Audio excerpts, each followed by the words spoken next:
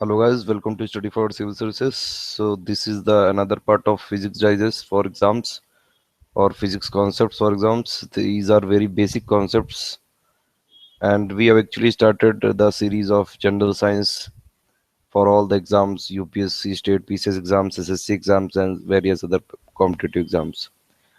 So in the previous part we have covered up to the uses of nuclear reactor, and in this part we will start from the components of nuclear reactor. There are several components of nuclear reactor which are as follows. First and most important is the fissionable fuel, which can be fissioned. It could be uranium-235 or uranium-239.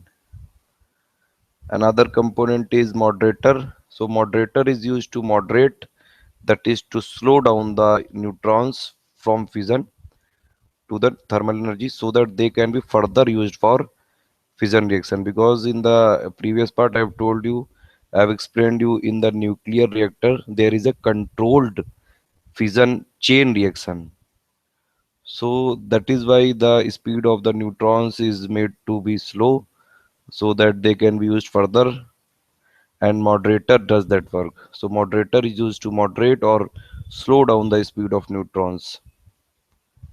So this is second part, and I've told you that there are several moderators like heavy water, then beryllium oxide. Now another is and graphite. So heavy water and graphite and beryllium oxide are used as moderator. Another component in nuclear reactor is control rod. They are used in nuclear reactor to control the fission rate of either uranium or plutonium. Uranium and plutonium are the fuels of the nuclear reactor, and moderator used to slow down the speed of the neutron. Control rod are used to control the fission rate of uranium and plutonium. And there is one more fact, you might have heard about the Iran and the world powers like P5+1 deal, and there also they talked about the fission rate of material or the fission percentage of material in the nuclear reactor which used to produce electricity. The fissionable percentage required is around 3 to 5%. Now, they control rods are actually composed of chemical elements like boron, silver, indium, and cadmium that are capable of absorbing many neutrons without themselves fissioning.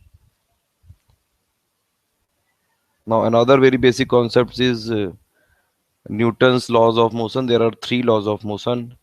First law say that everybody maintains its initial state of rest or motion with uniform speed on a straight line unless an external force act on it. So unless an external force act on it, everybody maintains its initial state of rest, or if in motion, then it maintains the motion with uniform speed on a straight line. And example could be while jumping from a slowly moving train bus, one must run for a short distance in the direction of motion. So this is because of the Newton's first law of motion. Then second law is the form acting on an object is directly proportional to the, sorry, this is not form, it is actually force. So the force acting on an object is directly proportional to the product of mass of the object and the acceleration produced in it. So according to this law, F is equal to m into a. F is equal to force, then m is equal to mass, and a equal to acceleration. Third law is very famous, that in every action there is a equal and opposite reaction. Examples could be bogies of the train are provided with buffers to avoid severe jerks during shunting of trains, and rockets move up due to the reaction of downward ejection of gas. So these are the examples of Newton's third law of motion. See, this is Newton's law of motion. They can be summarized as every object persists in its state of rest or uniform motion in a straight line unless it is compelled to change the states by force impressed on it. मतलब अगर कोई body है या कोई object है तो वो अपने स्टेट ऑफ रेस्ट में या यूनिफॉर्म मोशन में रहेगी जब तक उसको कोई एक्सटर्नल फोर्स अफेक्ट ना करे.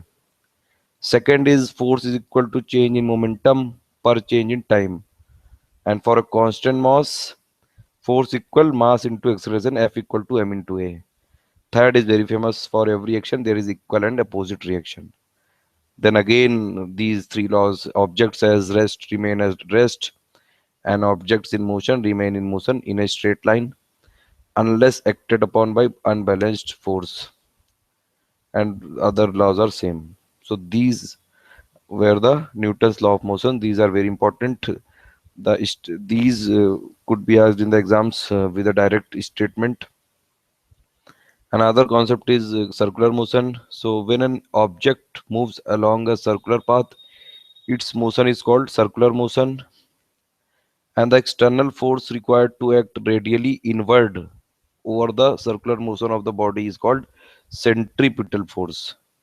So centripetal force acts inward, radially inward, and centrifugal is a pseudo force that is act equal and opposite to the centripetal force because of the Newton's third law of motion. So centripetal force will act radially inward, means if this is a circle, then centripetal will be this, and centrifugal will be radially outward. And please remember these three examples which work on the principle of centrifugal force. Centrifugal is the radially outward, and cream separator, then centrifugal dryer, they work on the principle of centrifugal force. So these could be directly asked in the exams, like cream separator is based on which principle? So that principle is centrifugal force.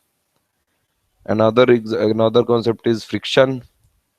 Friction in the actually opposing force that is set up between the surface of contact when one body slides or rolls on or tends to do so on the surface of another body. So when one body tries to slide, or when one body tries to rolls or tend to move on the surface of another body, there is an opposition or the resistance takes place, that is known as friction, and it is because of the friction we are able to move on the surface of earth.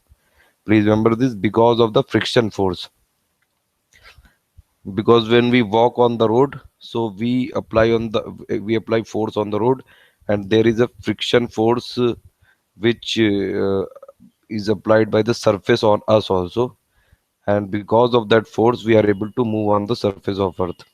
Friction are of two types. One is static, when the body is stable or is at rest, then static friction takes place, and the when body is moving, then kinetic friction takes place.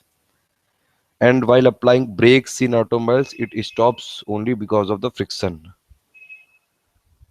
So this is the fourth part of physics digest for exams, or physics concept for exams. Please like, share, and subscribe our channel Study for Civil Services for more updates. And please wait for our another part of this video. Thank you for listening.